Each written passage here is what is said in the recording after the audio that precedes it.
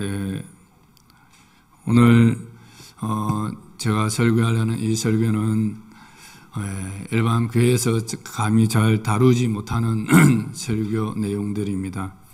예, 그만큼 어렵다는 것입니다. 그러나 우리 그리스도인에게서 항상 기준은 성경입니다. 예, 그래서 제가 이 침례교단에 있는 것에 대해서 참 너무나 감사해요. 침례교는 무엇보다도 성경이 기준입니다. 세상의 문화와 그 세상의 가치가 어떻게 변할지라도 오직 우리의 기준은 성경을 삼고 있습니다. 그래서 오늘도 그래서 성적 행동에 대한 우리 주님의 기준이 무엇인가? 네, 문화나 여러분 드라마 보면 각각 다릅니다.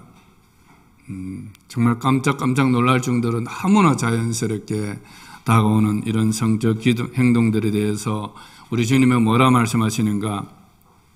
특히 남성들에게 다가오는 가장 강력한 시험 중에 1위는 바로 성적인 부도덕입니다.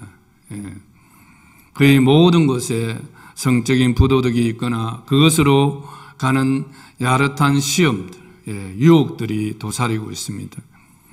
특히 성공지향적인 사람에게는 더욱더 그렇게 다가올 것입니다. 여러분, 구원의 확신을 가져야 합니다. 저는 최근에 하나님의 구원이 너무나 나 같은 죄인에게 베풀어 주신 또 우리 같은 그런 가정에 하나님이 찾아오셔서 베풀어 주신 구원의 은혜가 너무너무 커서 말씀을 준비하다가도 울고 수없이 정말 대성통곡을 하면서 하나님 앞에 감사드린 적이 있습니다. 그러나 우리가 구원의 목적이 성공에만 있고 또 구원 그 자체로만 있다면 그것은 구원의 반쪽밖에 경험 못하는 거예요. 구원은 정말 구원의 그 이상입니다. 그 이상이 무엇입니까? 하나님의 그 거룩한 영광에 참여하는 것입니다. 우리가 이 땅을 살아가면서도 하나님의 그 거룩한 영광에 우리가 참여해서 하나님의 그 거룩한 영광을 누리면서 살아가는 그 놀라운 축복이 있습니다. 그런데 이 하나님의 그 거룩한 영광에 참여하는데 방해되는 문제가 바로 성적인 부도덕인 것입니다. 오늘날 교회들도 이 문제에 대해서는 주님이 말씀하시는 성적 행동의 기준에 대해서 분명하게 말씀을 하지 못하고 있습니다. 왜 그런 것입니까? 이미 교회가 이 기준에서 너무나 벗어나서 세상을 닮아 있기 때문에 그 말씀을 그대로 전하는데 부담이 있기 때문에 전하지를 못하는 거예요. 그러나 그럴지라도 항상 부흥은 바로 하나님의 말씀이 분명하게 선포될 때에 우리에게 찾아왔습니다. 그래서 오늘도 성적 부도덕에 대한 주님의 기준, 성경이 말씀하시는 기준이 무엇인지를 분명하게 제시하고자 합니다. 고린도서 6장 9절에서 20절 말씀과 같이 여기서 여러 가지가 나오고 있지만 저는 오늘 음행에 대해서 다루기를 원합니다. 음행하는 자는 하나님 나라에 들어가지 못하느니라. 음행하는 자는 한번 따라하겠습니다. 음행하는 자는 하나님 나라에 들어가지 못하느니라. 여기서 음행이란 이 단어는 헬라어로 포르네이아. 여러분 포르네이아 하니까 떠오르는 우리가 많이 말하는 단어가 있지 않습니까? 뭡니까? 포르노입니다. 영어로는 fornication이라 이것도 비슷하게 쓰고 있고 성경 번역본에서 보면 NIV나 NASB, 킹제임스 버전들은 sexual immorality, morality가 뭡니까? 도덕이죠. 임모렐리티는 뭐죠? 부도덕입니다. 성적인 부도덕이다. 그래서 음행에 대해서는 음행을 오늘 저는 성적인 부도덕이다 이렇게 계속 표현을 해야 할 거예요. 그래서 음행이라는 단어에 대해서 포르네이아 또 성적 부도덕 이렇게 번역을 하고 있습니다. 성적 부도덕 이것은 포르노와 상통하는 말입니다. 그래서 이 성적 부도덕은 결혼 전에 어떤 사람과 성관계를 갖는 것이 바로 성적 부도덕이다. 성적 부도덕이 뭐냐 하면 성경은 결혼 전에 어떤 사람과 성관계를 갖는 것이다. 그런데 오늘날 그렇지 않잖아요. 드라마 보면 영화를 보면 사랑하면 아무 문제가 되지 않는다. 그렇게 말하고 있습니다. 여러분이 아마 교회를 오래 다녀도 이 말씀을 한 번도 들어본 적이 없거나 알고 있어도 이것이 뭐 그래 성적 부도덕이냐, 그리고 성적 부도덕이 뭐 그렇게 큰 죄냐, 이렇게 받아들이고 있는 사람들도 있을 것입니다. 그 이유 중에 하나는 그 영향은 대부분이 여러분이 자연스럽게 여러분 마음 가운데 다가온 세상의 가치관들입니다. 그 역할이 인터넷이나 이런 휴대폰 같은 대중매체들, 영화 같은 이 대중매체들이 너무나 자연스럽게 그렇게 말하고 있기 때문에 우리는 결혼 전에 성관계를 맺는 것에 대해서 또 결혼 전에 동거하는 것에 대해서 아무 죄의식이 없이 무감각하게 살아가는 그런 사회가 되어버렸습니다. 그러나 성경이 말하는 성에 대한 분명한 기준은 결혼 전에 성관계를 갖는 것은 죄라고 음행이라고 명확하게 말씀하고 있습니다. 음행에 대해서도 몇 가지로 이렇게 분류가 될 수 있는데 결혼하지 않는 두 사람 사이의 성관계는 음란이다. 이렇게 말하고 있고요. 결혼 후 배우자 외에 성관계를 맺는 것을 어떤 사람들은 이것을 미화시켜서 혼외정사라 이렇게 말하고 있지만 그러나 이것은 성경은 간음이라 말하고 있습니다. 결혼했으면서도 다른 배우자와 성관계를 맺는 이 관계를 간음이라. 그리고 같은 동성끼리 성관계를 맺는 것을 동성애라 이렇게 말하고 있습니다. 이 모든 것들은 다 음행의 부류입니다. 죄입니다. 저는 우리 거래처 중에서도 보면 이런 영업사원들이 있었어요. 그래서 그 회사와 거래하는 것을 제가 끊었습니다. 왜 끊었느냐? 솔직히 이야기해 줬습니다. 하나님 거룩하신 분이기 때문에 우리는 이런 기준으로 살아가는 사람과 거래할 수 없다.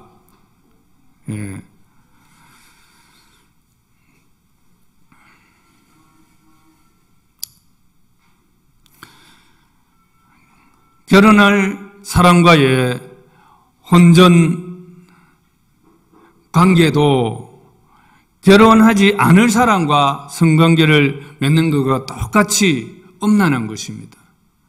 우리는 이거 알아야 됩니다. 그런데 이 부분을 우리가 알고도 죄 짓는 경우도 있지만 모르고 죄 짓는 사람들 많습니다. 교회가 그걸 가르치지 않기 때문에. 결혼할 사람이라고 해서 성관계를 갖는 그것도 음행이라는 것입니다. 결혼 전에는 음란인데 음란도 음행이라는 것입니다. 음행이 뭐라 했죠? 헬라어로 뭐라 했죠?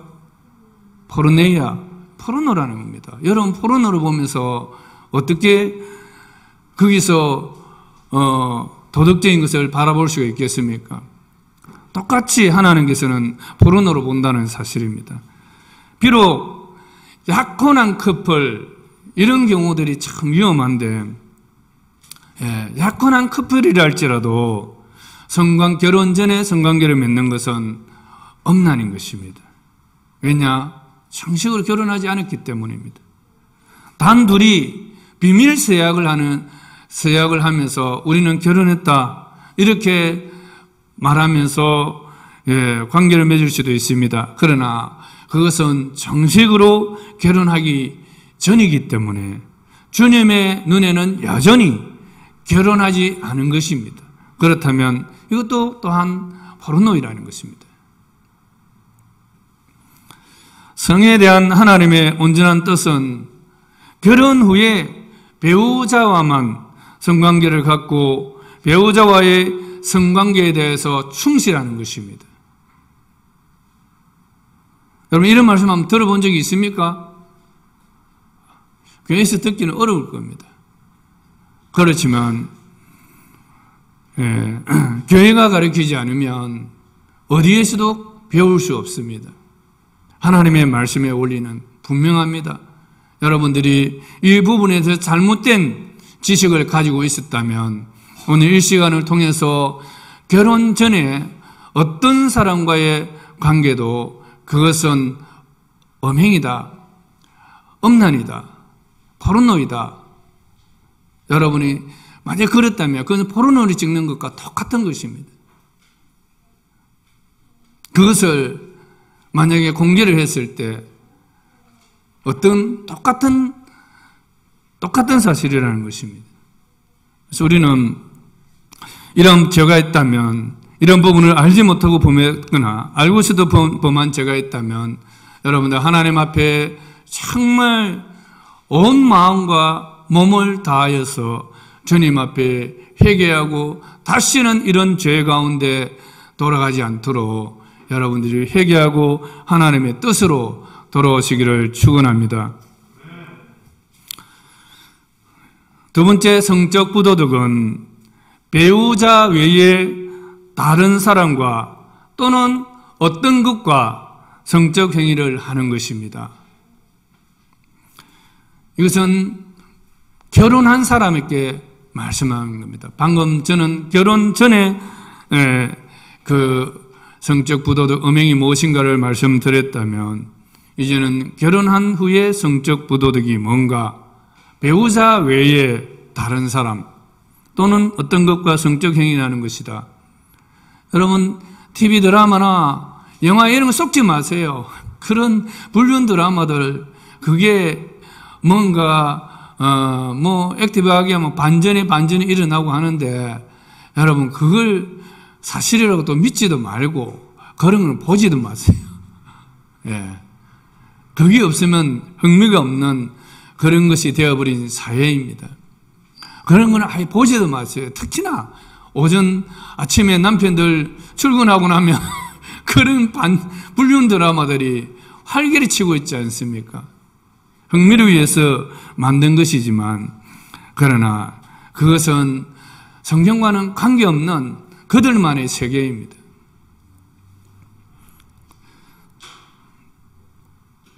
그들이 주장하는 것들은 그런 것들은 그렇게 배우자 위에 불륜을 저지르고서도 그것이 간음이 아니라고 동성끼리 하는 것조차도 요즘은 너무나 번듯하게 나옵니다. 그것을 미화를 시키는 그런 드라마들도 나오고 있어요. 그러나 이것은 죄입니다. 우리의 법도 간음죄가 없어져 버렸죠. 간통죄가 없어졌잖아요. 그죠? 성경은 사회의 이 세상의 법보다도 훨씬 더 고상한 법입니다. 정말 최고의 법입니다. 어떤 인간의 양심보다도 더 초월해 계시는 거룩하신 하나님의 법입니다. 하나님이 우리를 대하시는 것도 이처럼 우리를 거룩하게 대하시는 거예요. 한 사람 한 인격들을 성적 대상으로 대하지 않으시고 거룩한 하나님의 자녀로서 장차 우리가 하나님의 거룩한 그 신부로서 주님을 맞이하게 될 그러한 신분이기 때문에 하나님께서는 우리에게 거룩한 그러한 위치를 요구하고 계시는 거예요. 제가 사실 개척하고 교회의 방향을 거룩으로 정한 이유가 구원은 결코 그렇게 가벼운 것이 아니다. 이 구원이라는 것은 이 땅에서 구원받고 천국 들어가는 것이 다가 아니라는 것입니다. 그 이상이라는 거예요. 그런데 나는 이제 천국 갈 사람이기 때문에 마음대로 살아도 된다고 생각하고 구원을 남발하고 있는 그러한 오류가 우리 가운데 있는 것입니다. 그럼 우리 분명하게 깨달아야 합니다. 실제로 제가 지금까지도 목회를 해오면서 계속 느끼는 것은 이 성적 부도덕이 얼마나 가정을 파괴하고 사회를 파괴하고 있는가 너무나 저는 실감을 하고 있습니다. 여러분 다 말을 못해요. 가족 간의 성관계 이게 장난이 아닙니다. 여러분이 뭐 어떻게 생각하는지 모르겠지만 아버지가 딸을 하는 것을 저는 한 사람만 본 것이 아니고 여러 사람을 보고 들었습니다. 상담을 하면서 들었습니다. 그리고 오빠가 동생을 해서 그 여동생이 결국은 정신이 온전하지 아니하고 결혼했지만 결국은 이혼을 하고 이혼한 이후에 본인도 그렇게 이 남자 저 남자와 수시로 바뀝니다. 너무 여러분 한번 생각해 보십시오. 한 영혼을 지옥 자식을 만들어 버리는 거예요. 이 성적 부도덕이. 그리고 근친상간, 동성 간의 동성애, 또 더 쾌락을 추구하기 위해서 아이와 성행위를 하는 이런 성도착증에 빠진 자들, 다 이 모든 것들은 다 음란입니다. 다시 말해서 이거를 포르노라고 말씀하고 있습니다. 배우자 외에 어떤 물건으로 성적 흥분을 유도하기 위해서 하는 그 모든 것들은 다 음란입니다. 이런 것들이 많이 있지 않습니까? 특히나 요즘은 매체들이 많이 발달했기 때문에 펌팅이라든지 인터넷 음란 사이트, 또 음란 마사지를 찾아가는 거라든지 음란 미용실이나 이용실을 찾아간다든지 스트립쇼라든지 음란 비디오 얼마나 많습니까? 다 이런 것들이 성경은 뭐라고 말합니까? 포르노이다. 여러분 이런 것들이 포르노라는 것을 여러분 여기고 있습니까? 자유행위도 마찬가지입니다. 다 이것이 음란인 것입니다. 그리고 우리가 또 조심해야 될 것은 자기 배우자 외에 다른 이성으로부터 뭔가 그런 성적 관계로까지 가지 않더라도 자기의 감정을 풀고 하려고 하는 그런 경향이 있습니다. 그래서 이성과의 순수한 우정, 여러분 가능하겠습니까?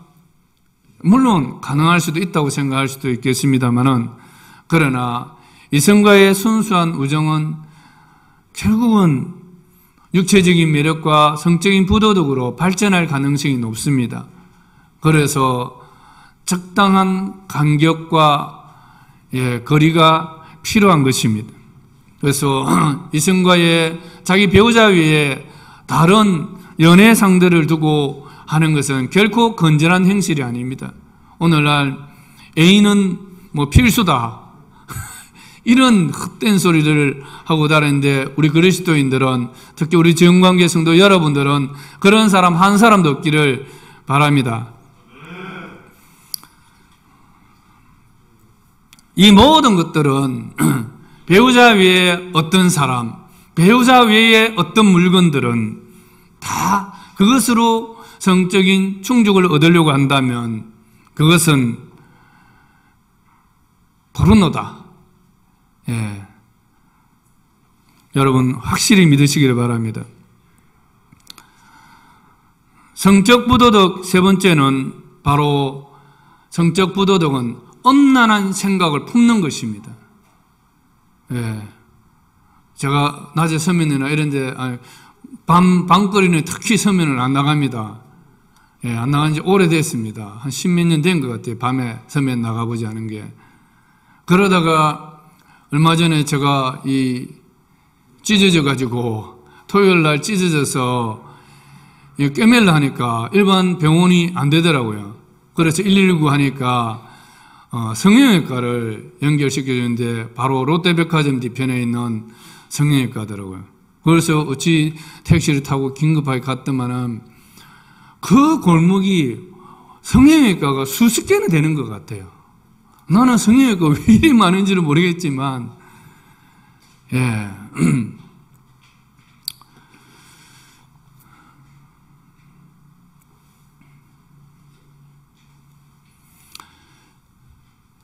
그 서명거리가 그렇게 바뀌어져 있더라고요.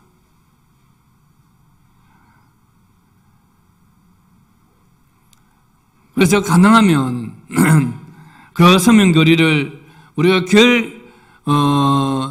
잘 안 나갔던 이유가 밤에 서명그 떡볶이 거리에 떡볶이 사 먹으러 갔다가 보니까 술에 취한 여자가 구두는 저쪽에 하나는 저기 가 있고 하나는 이쪽에 있고 치마를 입었는데 뒤둥글려져가지고 그래 누워가 있는 그런 장면들을 보고서 정말 올 곳이 못 된다.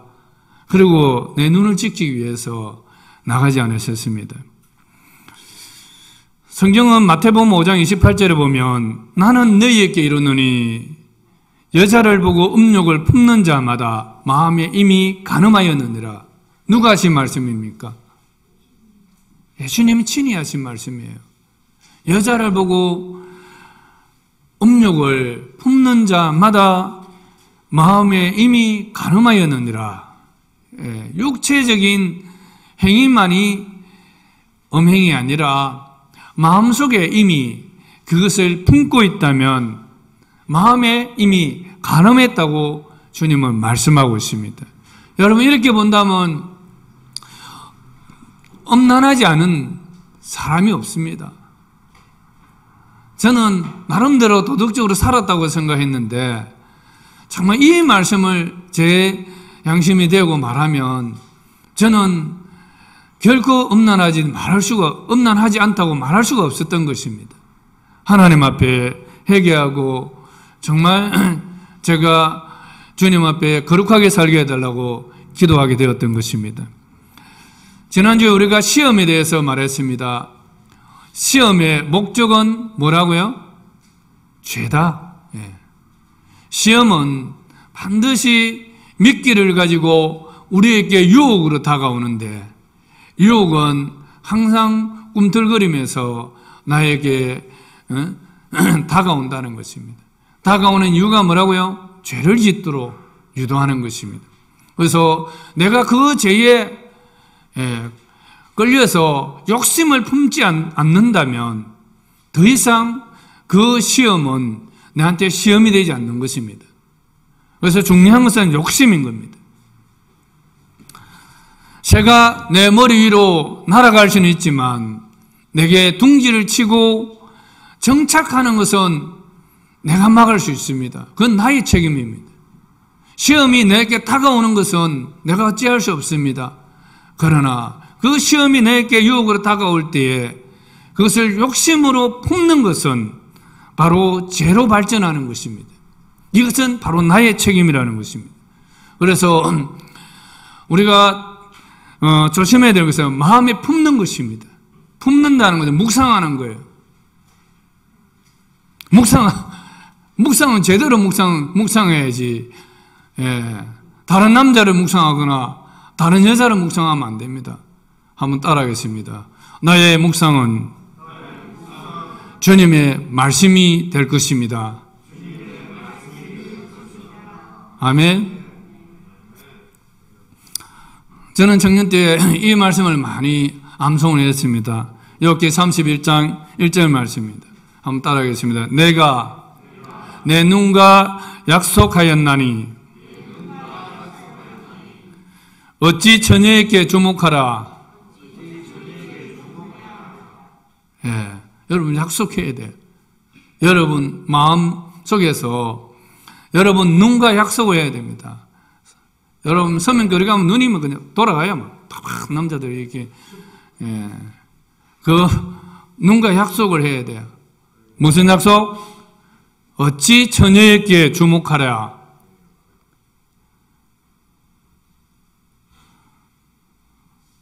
옆 사람 보면서 처녀에게 주목하지 않겠습니다. 예.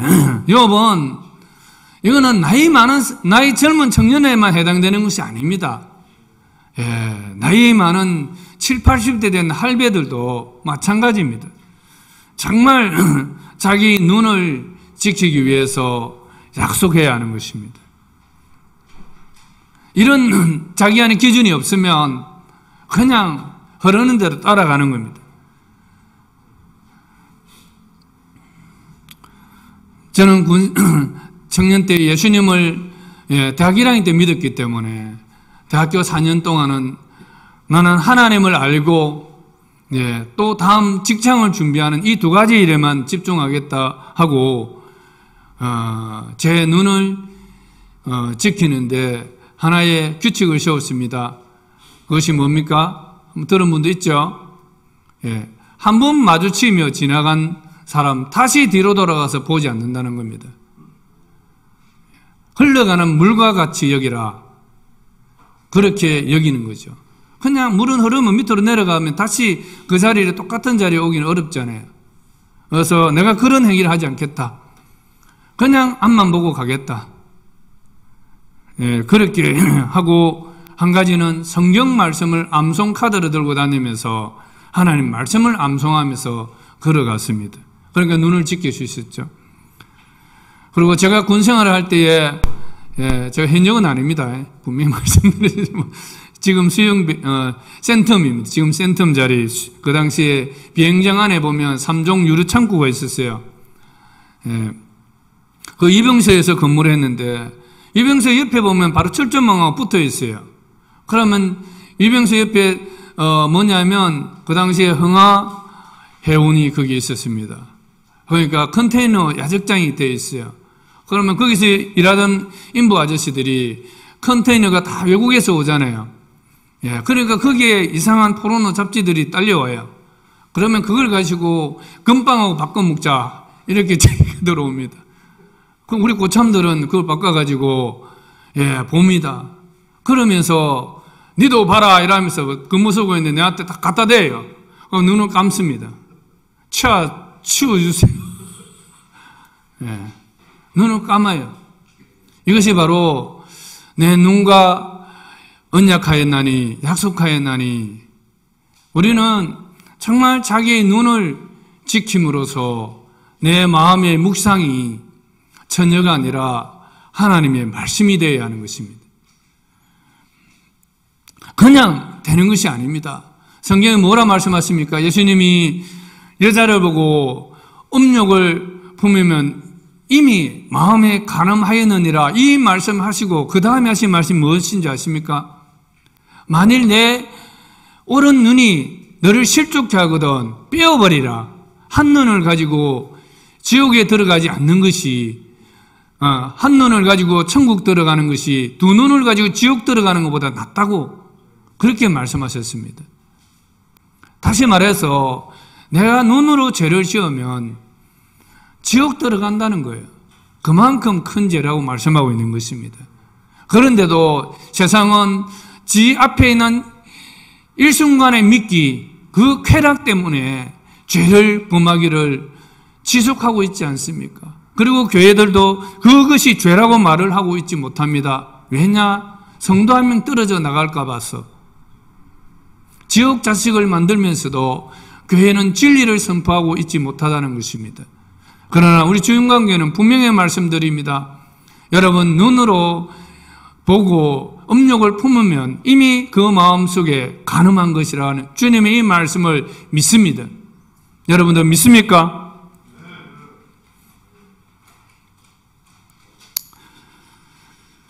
우리는 하나님의 말씀이 우리 모든 삶에 기준이 되어야 합니다.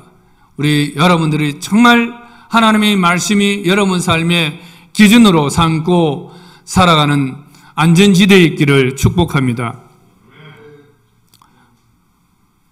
그러면 이런 영적인 성적인 부도덕이 우리의 삶 속에 늘 있는데, 특히나 사업을 하거나 영업을 하거나 이런 사람들에게는 더 많이 노출되어 있습니다. 그런데 우리는 어떻게 이 성적 부도덕을 이길 수 있을 것인가? 예. 어떻게 하면 이길 수 있습니까? 고린도전서가 거기서 잘 말씀하고 있어요. 고린도 교회는 항구 도시잖아요. 특히나 고린도 교회는 성령을 체험한 교회입니다. 많은 은사들이 나타나고 있지 않습니까? 고린도전서 여러분 쭉 보세요. 10장 이후로 쭉 보면 10장 전에서부터도 계속 이런 이야기들을 하고 있습니다. 음행에 대해서 말하고 있습니다. 성령을 체험하면 나는 성적 부도덕으로부터 자유로울 것이다, 이렇게 말하지만 그렇지 않습니다. 여러분, 거룩이라는 것은 정말 점점 성화되어 가는 것이지, 거룩의 영역이 점점 넓어져 가는 것이지, 그냥 성령 체험했다고 다 되는 것이 아닙니다. 우리의 책임입니다. 성경이 성적 부도덕에 대해서 고린도 교회에 주신, 바울을 통해 하나님 주신 해법은 무엇입니까? 결혼입니다. 결혼. 성적 부도덕에 대한 유일하고도 근본적인 해결책은 결혼 안에서 성관계입니다. 고린도 7장 2절에 보면 음행의 연고로 남자마다 자기 아내를 두고 여자마다 자기 남편을 두라. 바울은 자기 자신이 독신으로 있었지만 독신의 은사를 받은 사람 외에는 늘 음행 때문에 유혹을 받는 사람이라면 그런 사람은 결혼하라는 것입니다. 결혼 안에서 남자는 자기 아내를 두고 여자는 자기 남편을 두고 그 안에서 성관계를 하라고 말씀하고 있는 것입니다. 자기 아내, 자기 남편을 두라, 이렇게 말씀하고 있습니다. 이것은 오로지 유일한 것입니다. 내 남자가 다른 남자와 관계할 수 있는 것이 아니라는 것입니다. 내 여자가 다른 여자와 관계할 수 있는 것이 아니라는 것입니다. 오직 자기 남편, 자기 아내입니다. 한번 고백하겠습니다. 우리 자매들만 하겠습니다. 나는 한 남자를 위해 창조되었다. 예. 결혼한 부부는 자기 남편 이름을 넣어서 해주세요. 나는 한 남자, 누구를 위해 창조됐다. 나는, 우리 형제들 하겠습니다. 나는 한 여자, 누구를 위해, 누구를 하지 말고 자기 아내를 넣었어요. 나는 한 여자, 누구를 위해, 종영사물을 위해 창조됐다. 아멘? 이게 복음입니다, 여러분. 거룩이 복음이에요. 아내는 자기 남편 하나를 위해서 창조되고, 한 남편은 자기 아내, 한 여자를 위해서 하나님께서 만드신 것이에요. 그래서 남편에게는 아내만이, 아내에게는 남편만이 유일한 해결책입니다. 만일 절제할 수 없거든 혼인하라. 정욕이 불같이 타는 것보다 혼인하는 것이 나으니라. 이렇게 말씀하고 있습니다. 여러분, 성경이 말하는 부도들에 대한 해법이 결혼 안에서 성관계 맞죠? 명확합니다. 어떤 다른 관계도 허용하지 않습니다. 하나님의 명령인 것입니다. 그러므로 성적 유혹을 많이 받는 사람들은 결혼하십시오. 결혼 안에서 하나님이 축복 속에서 성관계를 가져야 되는 것입니다.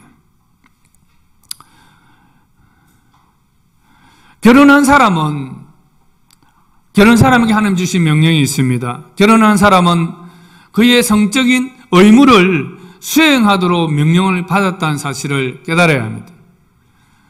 요즘 보면 특히나 이제 나이가 좀 들면 여자들이 더 그러는데 남편이 마음에 안 들면 성을 무기로 삼는 사람들이 있습니다.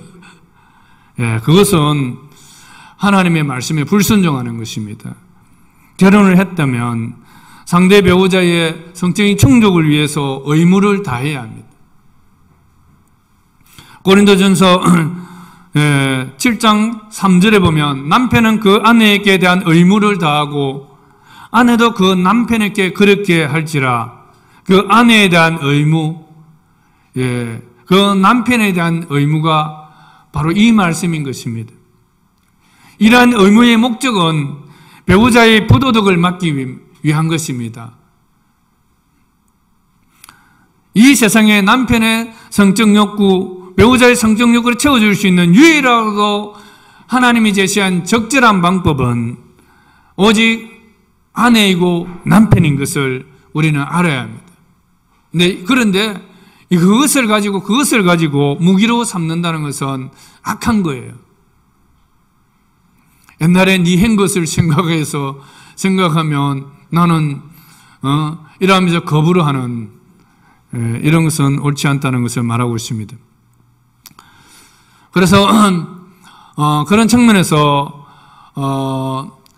또 우리가 결혼 전에는 배우자가 될 사람들에게 서로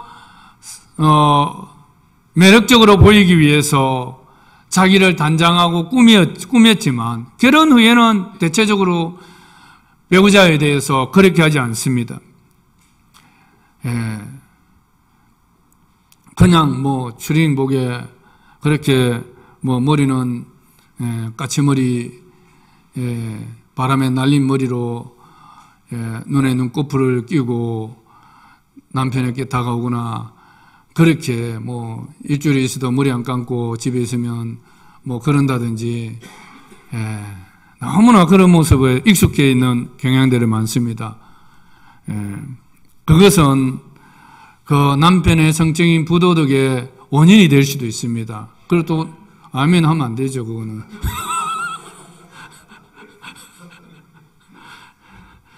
그럴지라도 아멘 하면 안 돼요.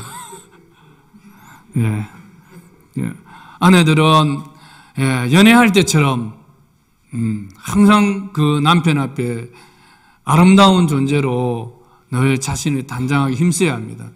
화장도 하고 때로는 머리도 리드미컬하게 하여튼 그렇게 하고 어쨌든 남편에게 아름다운 존재로 늘 자신을 단장을 하는 것이 필요합니다. 이런 말 하면 또 아멘 할까 봐서 못하겠네. 어쨌든 남편이 바람나는 이런 것에 대해서도 일정 부분 여자에게 책임이 있다는 것입니다. 자기를 가꾸고 아름답게 항상 남편에게 정말 매력적인 사람으로 그렇게 자신을 아름답게 꾸밀 수 있는 그런 사람이 되기를 바랍니다. 결혼 전에는 정말 잔소리할 것도 참고 그래야 하는데 결혼하고 나면 입만 열면 잔소리요 불평이면 어떻게 그 아내가 아름답게 느껴질 수 있겠습니까? 그래서 그런 부분들도 지혜로운 충고와 권면을 할 수 있기를 바랍니다. 그래서 항상 결혼했지만 신혼과 같이 연애할 때와 같이 그렇게 정말 서로에게 끌리는 관계로 그렇게 살아갈 수 있기를 축복합니다. 그리고 결혼을 했으면 분방하지 말아야 합니다. 요즘 같이 자는 부부들이 40, 50대 이상 되면 잘 없다고 그래요. 그러나 결혼했으면 분방해서는 안 됩니다. 성경은 분명하게 말씀하고 있습니다.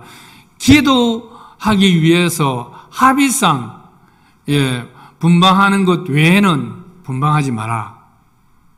밤에 잘 때는 한 이불 밑에 자야 합니다. 그런데 무슨 이유인지 언제부턴가 독방으로 거하기 자는 사람들이 많이 생깁니다. 한 이불 밑에 잤어요. 그것도 훈련이 안 되면 한 이불 밑에 못 자요. 불편하다고 그래요. 그래도 그것을 훈련하셔야 됩니다. 안고 못 자겠다면 최소한 손이라도 잡고 자세요.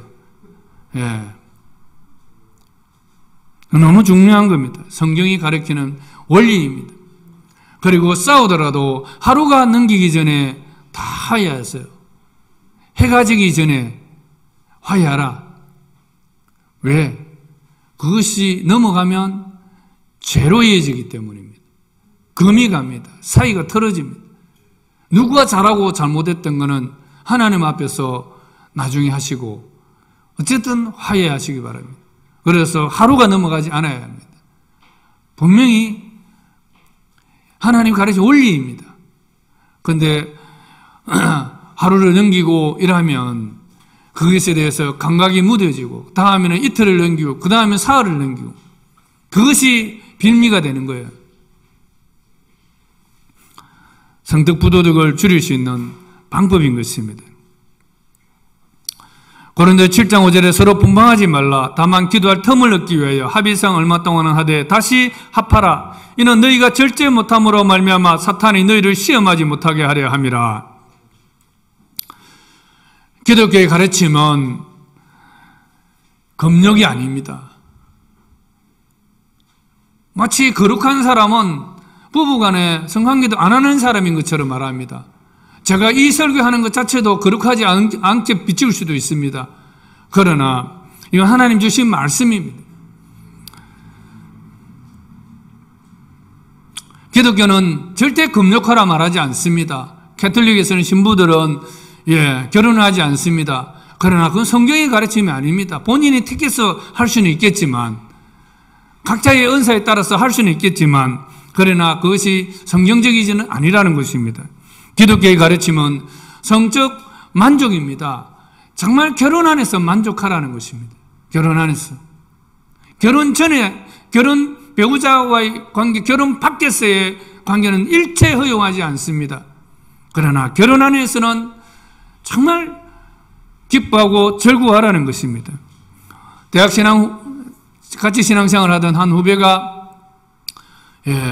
어느 날 보니까 우리가 80년도에 학번이니까 그때 헤어지고 안 만나고 있다가 한 몇 년 전에 이렇게 만나지는 못했어요. 이야기를 들었는데 전화통화를 했는데 이혼을 했다는 거예요. 왜 이혼했냐면 자기 아내가 애 둘이 다 낳고 나서부터는 부부관계를 안 한다는 거예요. 성경적이에요? 성경적이지 않습니까? 성경적이지 않습니다. 왜 안 하냐니까 성은 자녀를 낳기 위해서 주신 것이기 때문에 더 이제는 필요 없다. 그래서 결국은 어떻게 했습니까? 이혼을 했더라고요. 어쨌든 이것은 하나님 뜻이 아닙니다. 합의상 기도하기 위한 시간 외에는 분방하는 것은 하나님의 뜻이 아닙니다. 그래서 혹시라도 분방하는 그런 가정들이 있다면 아까도 말씀드린 것처럼 익숙하지 않다면 손이라도 잡고 기도하면서 그래 자세요. 그렇게 하다 보면 부부가 더욱더 가까워지고 사랑스러워질 것입니다. 그래서 저는 모든 가정들이 정말 부부가 가까워지고 어떤 이 세상의 많은 여자들보다도 자기 아내가 더 사랑스럽고 이 세상의 어떤 유명한 탤런트들보다도 내 남편이 더 멋있는 그런 가정들이 되기를 축복합니다. 성경은 배우자의 몸은 내 자신이 주장하지 못합니다. 고린도서 7장 4절에 보면 아내는 자기 몸을 주장하지 못하고 오직 그 남편이 하며 남편도 그와 같이 자기 몸을 주장하지 못하고 오직 그 아내가 하나니. 왜 그런 겁니까? 배우자의 성적 욕구가 채워지지 않아서 그런 죄를 짓는 것을 예방하기 위한 것입니다. 그래서 보통 이렇게 절제하지 못하는 그런 것 때문에 이렇게 하나님이 하게 하신 것입니다.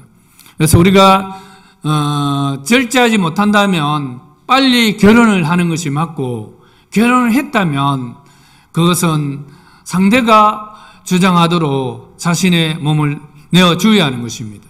여러분,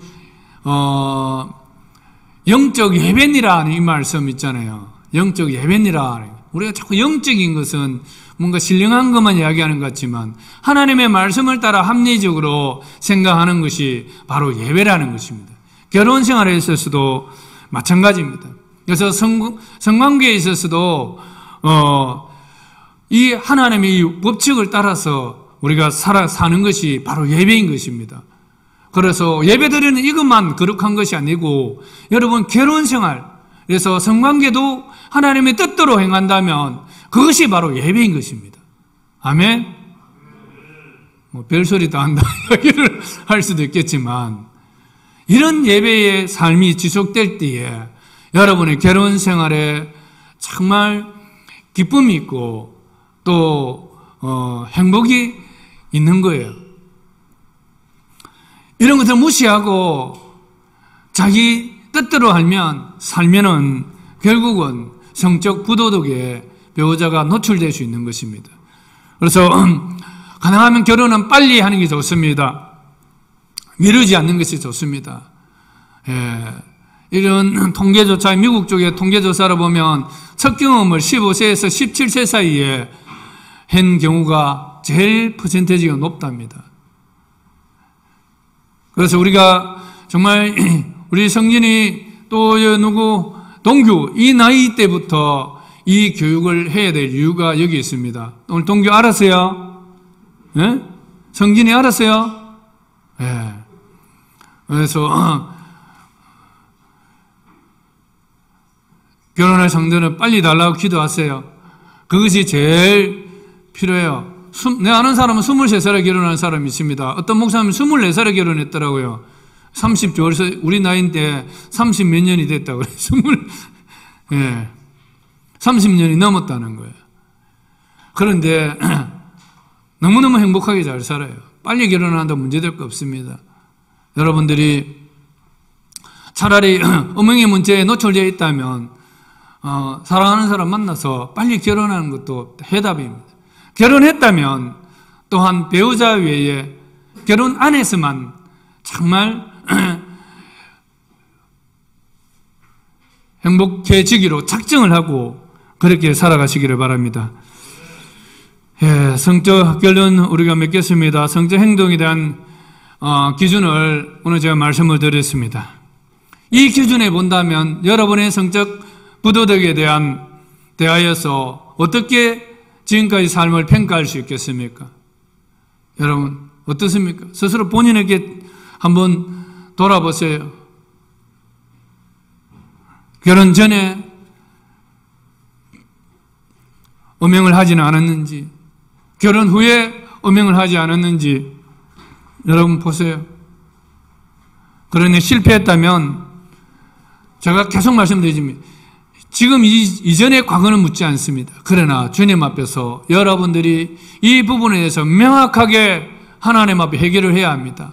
하나님 앞에 무릎 꿇고 이 죄에 대해서 분명하게 하나님 용서해 달라고, 정말 다시는 이 죄로 하나님 마음을 아프게 하고 다른 지체들에게 악영향을 끼치고 다른 사람을 해롭게 하는 그런 죄를 범하지 않겠다고, 이 죄로 인해서 눈물을 다시 흘리게 하지 않겠다고 하나님 앞에 분명하게 여러분 회개하고 돌아서야 합니다. 생각나는 대로 여러분들 다 그런 성적인 부도덕에 대해서 하나님 앞에 회개하시기 바랍니다. 정말 내 욕망을 채우기 위해서 죄를 범하지 않았는가? 죄를, 성을 마치 쾌락의 도구로 사용하지 않았는가? 배우자 위에 다른 사람으로부터 쾌락을 구하려고 하지 않았는가? 결혼할 때까지 순수하게 순결을 지켰는가? 여러분, 이 부분들을 보면서 주님 앞에 회개하고 정말 거룩한 성전으로서 우리 자신을 하나님께 드리기로 여러분 작정하시기를 바랍니다. 말씀 한 구절 읽고 마치도록 하겠습니다. 너희 몸이 그리스도의 지체인 줄을 알지 못하느냐? 내가 그리스도의 지체를 가지고 창녀의 지체를 만들겠느냐? 결코 그럴 수 없느니라. 너희 몸은 너희가 하나님께로부터 받은 바 너희 가운데 계신 성령의 전인 줄을 알지 못하느냐? 너희는 너희의 것이 아니라 값으로 산 것이 되었으니 그런즉 너희 몸으로 하나님께 영광을 돌리라. 아멘. 기도하겠습니다. 하나님 아버지, 참으로 우리의 몸을 성의 도구로 여기지 아니하시고 거룩한 하나님의 몸에 참여하는 그러한 은혜 가운데 우리를 불러주심을 참으로 감사합니다. 아버지, 우리가 예배 가운데 하나님을 알고 하나님을 또 깨달아 느끼게 하신 것처럼 또 결혼을 통해서 부부관계를 통해서도 정말 하나님의 그 놀라운 기쁨을 누려 알아갈 수 있는 영적인 예배가 될 수 있도록 하나님 복을 다하여 주시옵소서. 각 가정들마다 부부가 하나로 친밀하게 연합되게 하여 주시옵소서. 결혼 생활에 하나님의 복된 그러한 은혜가 흘러 넘치도록 하여 주시옵소서. 결혼의 복이 자녀들에게도 흘러 넘치도록 하여 주시옵소서. 하나님 거룩한 이 성결의 영이 우리 모든 지체들 가운데 충만할 수 있도록 도와 주시옵소서. 지금까지 죄들로 인해서 부도덕한 죄로 인해서 다른 사람과 나 자신을 더럽힌 일이 있다면 이 시간 주님 앞에 회개하고 하나님 앞에 돌아가서 깨끗하게 씻음받고 다시 거룩하게 씻음받은 몸으로서 하나님을 섬기고 살아갈 수 있도록 도와주시옵소서. 평생 동안 죄를 짓지 아니하고 부도덕의 죄에 빠지지 아니하고 성결하게 살아갈 수 있도록 하나님께서 붙들어 주시옵소서. 주의 성령으로 역사하여 주시옵소서. 예수님의 이름으로 간절히 기도드리옵나이다. 아멘.